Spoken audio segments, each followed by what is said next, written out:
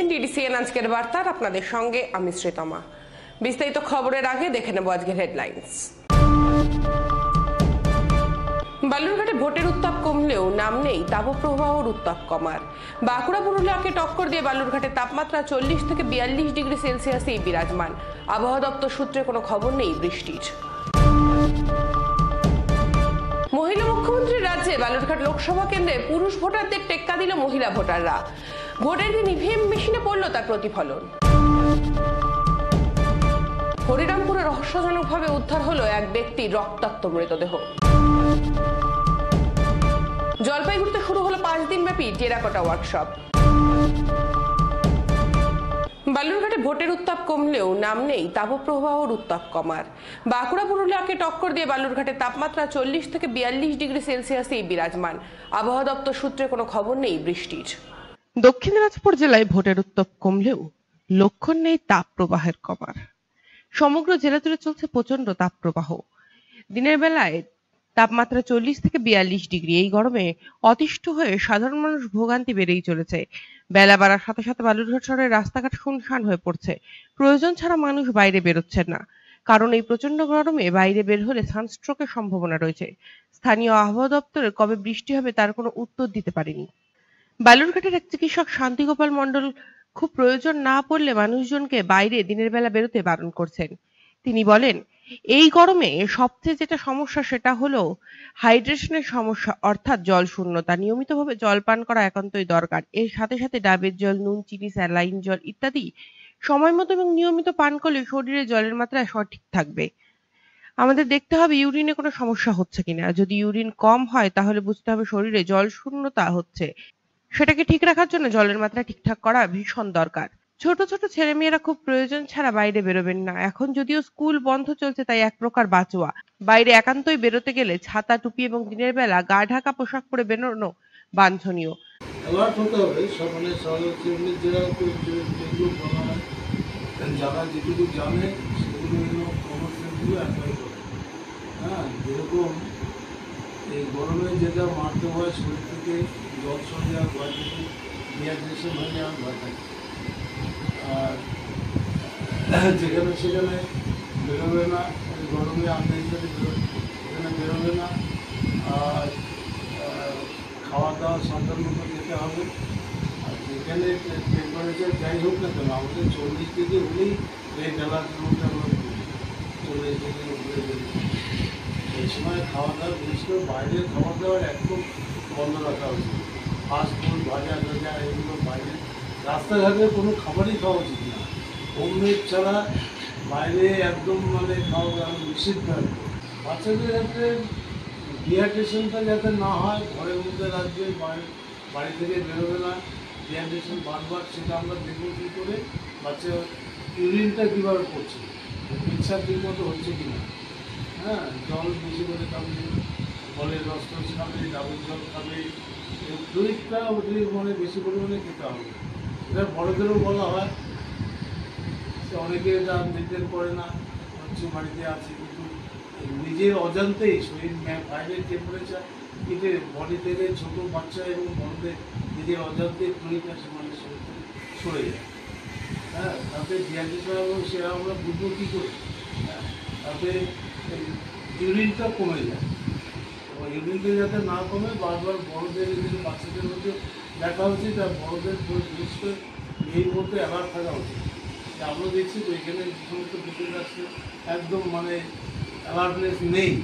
তারা চারিপাশে দেখছে নিজেদের কমন জিনিসগুলো তারা হারিয়ে ফেলছে। সামনে ডিহাইড্রেশন, বাড়িতে যে নুন চিনি জল খাবে সেইটুকু মতো তারা কেউ পায় না। খায় কখন, যখন তার ডায়রিয়া হয়েছে তখন সে অ্যালার্ট হচ্ছে। তার আগের মধ্যে একটু অ্যালার্ট হওয়া দরকার, সেই জিনিসটা করছে না। বেশিরভাগই যারা জানে সেক্ষেত্রে তারা হয়তো এরকম করছে, কিন্তু বেশিরভাগই যারা করছে না। আর আননেসেসারি ঘর থেকে বেরোনোই উচিত না, এবং শরীরে ফুলাতা পোশাক হালকা ধরনের পোশাক পরা উচিত, যাদের শরীরের টেম্পারেচারগুলো ঠিক মেনটেন রাখে। হ্যাঁ, বালুরঘাটবাসী তথা আইনজীবী বিশ্বরূপ চট্টোপাধ্যায় বলেন, আমরা এরকম গরম বালুরঘাটে কখনো দেখিনি। 40 ডিগ্রি এবং তার বেশি তাপমাত্রা বালুরঘাট শহরকে আক্রান্ত করেছে। পরিস্থিতি ভয়াবহ। স্থানীয় আবহাওয়া দপ্তরের মতে তাপমাত্রা নাকি আরো বাড়তে পারে। এবছর কালবৈশাখীও হয়নি এবং বৃষ্টিপাতে সংকট চলছে। আমরা আগে জানতাম বাঁকুড়া এবং পুরুলিয়াতে এরকম তীব্র দাবদাহ চলে, বালুরঘাট তথা দক্ষিণ দিনাজপুর অতীতে কোনোদিনও আমরা এরকম কখনো দেখিনি। ফাল্গুন চৈত্র মাস শেষ হয়ে গেল, বৈশাখ মাস শেষ হতে যাচ্ছে, অথচ বৃষ্টির দেখা নেই। এ এক অসহনীয় পরিস্থিতি। গ্রামের মানুষদের আদালতে খুব প্রয়োজন ছাড়া আসছেন না, তাছাড়া একটি নির্বাচন গেল, সেই জন্য লোকের সংখ্যা কম। তো দিনোত্তর বৃদ্ধি হচ্ছে এবং এই গরমটা খুব অস্বাভাবিকই মনে হচ্ছে এখন। এবং আগামী দিনে যা দুদিন আগে আমরা জানতে পেরেছি যেটা 49 ডিগ্রি পর্যন্ত হতে পারে আবহাওয়া দপ্তরের যে রিপোর্ট, তো তাতে এখন মনে হচ্ছে যে যেহেতু এখানে কোনো বৃষ্টি নেই, মাঘ ফাল্গুন চৈত্র বৈশাখ মাস প্রায় শেষ পর্যায়ে, এখানে কোনো বৃষ্টি না হওয়ার কারণে যার জন্য এই প্রবল একটা তাপপ্রবাহ চলছে। এই তাপপ্রবাহটা যদি আরও কয়েকদিন কন্টিনিউ করে তবে মানুষের পক্ষে বিশেষ একটা অসুবিধা, রাস্তায় বের হওয়া যাচ্ছে না, চারদিকে মনে হচ্ছে আগুন জ্বলছে, এরকম একটা ভয়ঙ্কর একটা পরিস্থিতির মধ্যে আমরা আছি। এরকম প্রবলেমের মধ্যে বলতে এখন তো সবচেয়ে বড় জিনিস হচ্ছে যে সানস্ট্রোকের প্রবণতা বেশি দেখা যাচ্ছে। এই গরমের মধ্যে মানুষ সানস্ট্রোকে এফেক্ট হচ্ছে এবং সানস্ট্রোকে মানুষ ক্ষতিগ্রস্ত হচ্ছে। কৃষক এবং সবাই, বিশেষ করে গ্রামীণ এলাকা জুড়ে প্রচুর পরিমাণে এখন আমাদের এই লু থেকে বাঁচবার জন্য, যেটা আমরা আগে কোনোদিন দেখিনি আমাদের এই সমস্ত জায়গায়, লু প্রবণ এলাকার মধ্যে এগুলো হয়ে গেল, 40 ডিগ্রি উপরে হয়ে যাচ্ছে টেম্পারেচার। তো কাজেই এখানে এখন মানুষকে প্রচুর পরিমাণে জল, ঠান্ডা জাতীয় জিনিস এবং সেখানে এই দইয়ের শরবত, একটু লেবু জল, একটু স্যালাইন ওয়াটার, এগুলোকে একটু বেশি কনজিউম করতে হবে। খাওয়া দাওয়ায় একটু সতর্কতা নিয়ে, কারণ এই গরমের প্রবণতা মানুষকে মৃত্যুর কারকও হতে পারে মানুষের। আমাদের এই অভিজ্ঞতা ছিল না, আমরা আগে শুনতাম বাঁকুড়া পুরুলিয়া এ সমস্ত জায়গায় গরমের কথা, কিন্তু আমাদের এখানেও তো এখন একই রকম অবস্থার মধ্যে আমরা পড়লাম। স্থানীয় বালুরঘাটে ডাবের দোকান বা ঠান্ডা পানীয় দোকানে এখন লোকেদের ভিড় বাড়ছে, সুযোগ পেলে মানুষজন ডাব কিনে খাচ্ছেন। এখন ডাবের দামও প্রায় আকাশ ছোঁয়ায়। এক একটি ডাব 70 থেকে 80 টাকায় বিক্রি হচ্ছে। তাছাড়া স্থানীয় মিষ্টির দোকানে লস্যি, আইসক্রিম ও বরফ বিক্রি হচ্ছে। স্থানীয় বাজারঘাট দিনের বেলা প্রায় জনশূন্যই থাকছে। মহিলা মুখ্যমন্ত্রীর রাজ্যে বালুরঘাট লোকসভা কেন্দ্রে পুরুষ ভোটারদের টেক্কা দিল মহিলা ভোটাররা। ভোটের দিন ইভিএম মেশিনে পড়ল তার প্রতিফলন। মহিলা মুখ্যমন্ত্রীর রাজ্য বাংলাতে সর্বক্ষেত্রে এগিয়ে মহিলারা, সেটা শিক্ষা হোক বা গণতন্ত্রের শ্রেষ্ঠ উৎসব নির্বাচন। বিগত কয়েক বছর ধরে যেমন দেখা যাচ্ছে মাধ্যমিক উচ্চ মাধ্যমিক পরীক্ষায় ছাত্র পরীক্ষার্থীর চেয়ে ছাত্রীর সংখ্যা বেশি, তেমনি বালুরঘাট লোকসভা কেন্দ্রে পুরুষ ভোটারের তুলনায় মহিলা ভোটারের ভোট এবারে বেশি পড়েছে। দক্ষিণ দিনাজপুর জেলার বালুরঘাট লোকসভা কেন্দ্রের মোট 15,61,966 জন ভোটার রয়েছে। এদের মধ্যে 7,98,217 জন পুরুষ, 7,63,668 জন মহিলা এবং 81 জন তৃতীয় লিঙ্গের ভোটার রয়েছে। নির্বাচন কমিশনের তথ্য অনুযায়ী গত 26শে এপ্রিল বালুরঘাট লোকসভা কেন্দ্রে মোট ভোট পড়েছে 79.09%। এই লোকসভা কেন্দ্রে প্রায় 6,16,667 জন পুরুষ ভোটার এবং 6,18,649 জন মহিলা ভোটার তাদের ভোট দিয়েছেন, যা পুরুষ ভোটারের থেকে 3.76% বেশি মহিলা ভোটার। 2019 লোকসভা নির্বাচনে বিজেপি প্রার্থী সুকান্ত মজুমদার এই আসন থেকে 2.8% ব্যবধানে জয়লাভ করেছিলেন। সে নিরিখে বিশ্লেষণ করলে জেলা রাজনৈতিক বিশ্লেষকদের মতে বালুরঘাট লোকসভা আসনের ফলাফল নির্ধারণ করবে মহিলারা যথেষ্ট প্রভাব ফেলবে। এমনকি বিশেষজ্ঞদের অনুমান এই বেশিরভাগ মহিলা ভোটারই রাজ্য শাসক দলের দিকে ঝুঁকতে পারে। এবছর বালুরঘাট লোকসভা কেন্দ্রে 7টি বিধানসভা কেন্দ্রের মধ্যে ভোটদানে তপন বিধানসভা এগিয়ে রয়েছে, 80.82% ভোট পড়েছে এই কেন্দ্রে। বালুরঘাট লোকসভা কেন্দ্রের অন্তর্গত উত্তর দিনাজপুর জেলার ইটাহার বিধানসভা কেন্দ্রে সবচেয়ে কম ভোট পড়েছে, 75.27%। এছাড়াও কুসুমুন্ডি বিধানসভা এলাকায় 79.78%, হরিরামপুরে 77.87%, কুমারগঞ্জে 79.58%, বালুরঘাটে 80.61% এবং গঙ্গারামপুরে 80.26%। তৃণমূল কংগ্রেস দক্ষিণ দিনাজপুর জেলা সহসভাপতি সুভাষ চাকি জানান, 1 দশক ধরে কেন্দ্র মোদী সরকারের মহিলাদের কল্যাণে অবহেলা করেছে। লক্ষ্মীর ভান্ডার, কন্যাশ্রী এবং রূপশ্রীর মতো মহিলাদের জন্য আমাদের রাজ্য সরকার এর উদ্যোগগুলি আমাদের জেলার মা বোনেদের মধ্যে সারা রাজ্য জুড়ে ব্যাপক প্রশংসা অর্জন করেছে। আমরা বিশ্বাস করি এই মহিলারা তাদের ভোট দিয়ে আমাদের সমর্থন করবেন। এখন এটা মমতা বন্দ্যোপাধ্যায় সরকারে আসার পর থেকে মহিলাদের যেভাবে ধাপে ধাপে সমাজের মূল স্রোতে তাদের তুলে নিয়ে এসছে এবং তারা আজকে অনেক বেশি পশ্চিমবাংলার অনেক বেশি মহিলা অনেক বেশি ভাগ মহিলায় দায়িত্বশীল হয়েছেন। যেমন পঞ্চায়েত ব্যবস্থায়, ত্রিস্তর পঞ্চায়েত ব্যবস্থায় 50% রিজার্ভেশন থেকে শুরু করে বিভিন্ন ক্ষেত্রে মহিলাদেরকে স্বনির্ভর গোষ্ঠী নিয়োগ তৈরি করে মহিলাদেরকে সমাজের জায়গায় পৌঁছে দেওয়ার যে অক্লান্ত পরিশ্রম মমতা বন্দ্যোপাধ্যায় করেছেন, তারই প্রতিফলন মমতা বন্দ্যোপাধ্যায়ের প্রতি সমর্থন জানিয়ে বাংলার মহিলারা, মা বোনেরা বেশি সংখ্যক উৎসাহিত হয়ে ভোটে গিয়ে ভোট দিয়েছে, বিশেষ করে এই বালুরঘাট লোকসভা কেন্দ্রে। রাজনৈতিক কর্মী হিসাবে আমি অবশ্যই দাবি করব এই ভোটগুলো মমতা বন্দ্যোপাধ্যায়ের পক্ষেই বা তৃণমূল কংগ্রেসের পক্ষেই পড়া উচিত বা পড়েছে। যদিও এ বিষয়ে আরএসপি রাজ্য কমিটির সদস্যা সুচেতা বিশ্বাস বলেন, আমরা আশা করছি মহিলারা এই বাড়তি ভোটে আমরা পাবো। আমরা এবার সমগ্র দক্ষিণ দিনাজপুর জেলা জুড়ে ব্যাপক প্রচার করেছি, প্রত্যেকটা জায়গায় ব্যানার, ফেস্টুন, দলীয় পতাকা লাগাতে পেরেছি এবং সর্বোপরি দক্ষিণ দিনাজপুর জেলার প্রতিটি বুথে আমরা আমাদের পোলিং এজেন্ট বসাতে পেরেছি। আমরা আশা রাখছি আমাদের ভোট এবার বাড়বে। তৃণমূল কংগ্রেস এটা প্রচার করছে যেটা লক্ষ্মীর ভান্ডারের জন্য মহিলারা ভোট দিতে পারবে তাদের, এ কথা ঠিক নয়। অনেক মহিলারা আমাদের কাছে অভিযোগ করেছে আমরা লক্ষ্মীর ভান্ডার পাচ্ছি, ঠিক আছে, কিন্তু আমাদের বাড়ির লোকেরা কোনো কাজ নেই সেরকম করে। তাছাড়া তৃণমূল কংগ্রেস মহিলাদেরকে এসে বলছে তারা যদি ক্ষমতায় না আসে তাহলে লক্ষ্মীর ভান্ডার বন্ধ হয়ে যাবে। সেই সমস্ত অপপ্রচারের পর তৃণমূল কংগ্রেস মহিলাদের ভোট পাওয়ার চেষ্টা করছে, যা বাস্তবে কখনোই সম্ভব না। এখন এটা বলা যাবে না যে সব মহিলার ভোটই একদিকে গেছে, বিভিন্ন দিকেই গেছে। মহিলারা ভোটটা বেশি দেয়, সিরিয়াস একটু মহিলারা সব ব্যাপারে, সেই জন্য মহিলাদের ভোট দেওয়ার ইয়েটাও বেশি। আমরা যথেষ্টই লাভবান হব।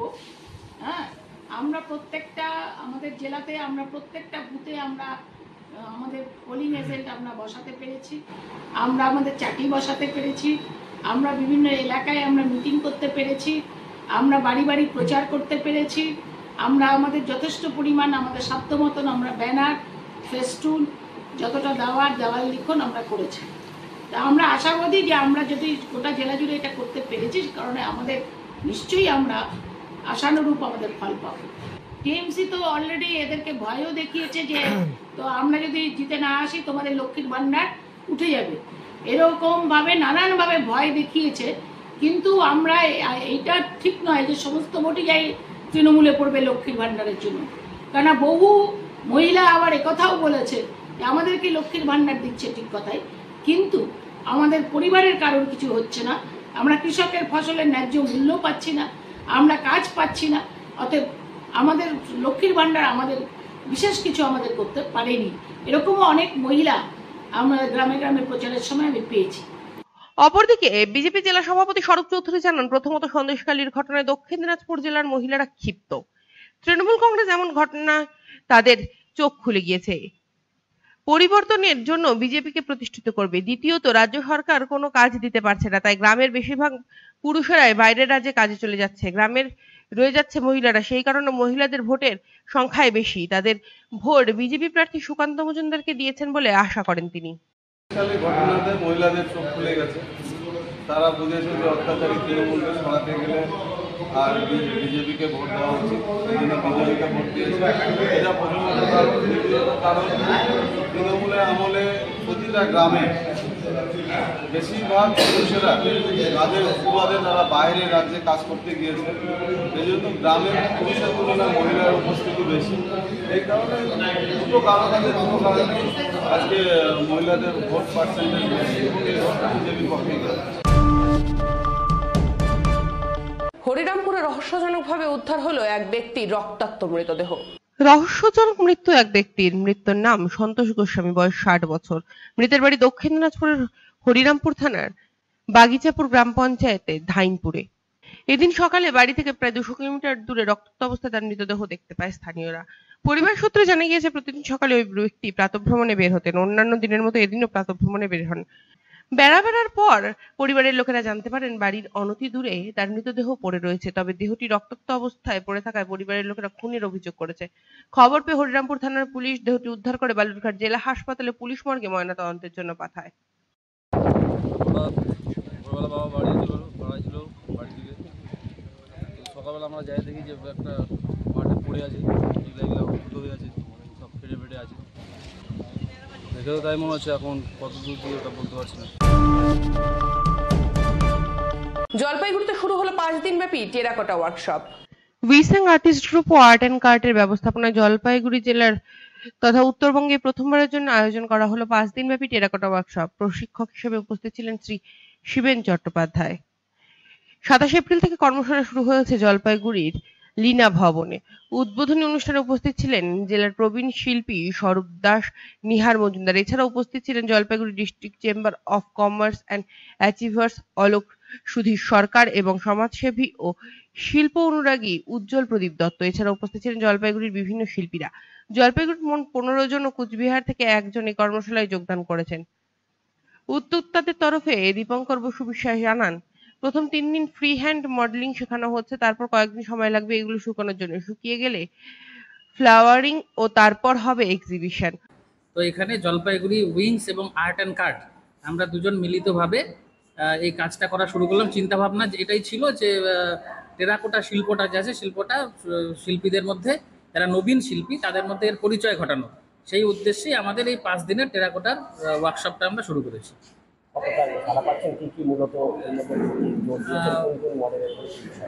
প্রথমত ব্যাপারটা বলি যে মাটিটা এখানে পাওয়া যায় না, এখানকার মাটি দিয়ে কাজ হয় না। তো মাটিটা আমাদের হচ্ছে শান্তিনিকেতন বোলপুর থেকে আনতে হয়েছে। ওখান থেকে মাটি আনার পরে আমরা এখানে যা অ্যাডভার্টাইজমেন্ট করেছিলাম অল্পতেই খুব ভালো সাড়া পেয়েছি। আমাদের 15 জন কাজ করছে এবং আমাদের আছে শিল্পী আছেন শ্রী শিবেন চট্টোপাধ্যায় মহাশয়, উনি হাতে ধরে প্রত্যেককে কাজ শেখাচ্ছেন। এবং প্রথমত এখন আমাদের এই 3 দিন হলো হচ্ছে ফ্রি হ্যান্ড মডেলিং, ক্লে মডেলিংয়ের উপরে কাজ। এরপরে আমাদের এটাকে কয়েকদিন শুকোতে সময় লাগবে। শুকনো কমপ্লিট হয়ে গেলে তারপরে সেটাকে বার্নিং প্রসেসের মধ্যে আমরা যাবো আবার। এখানে প্রধানত যে মহেঞ্জোদড়ো সভ্যতায় যে বিভিন্ন পুতুল, বিভিন্ন যে তারা জিনিসগুলো বানাতো তার উপরে কাজ হয়েছে। এছাড়াও নিজস্ব স্টাইলে কেউ যদি কোনো কাজ করতে চায় নিজের মতন করে, সেটাও তারা করেছে।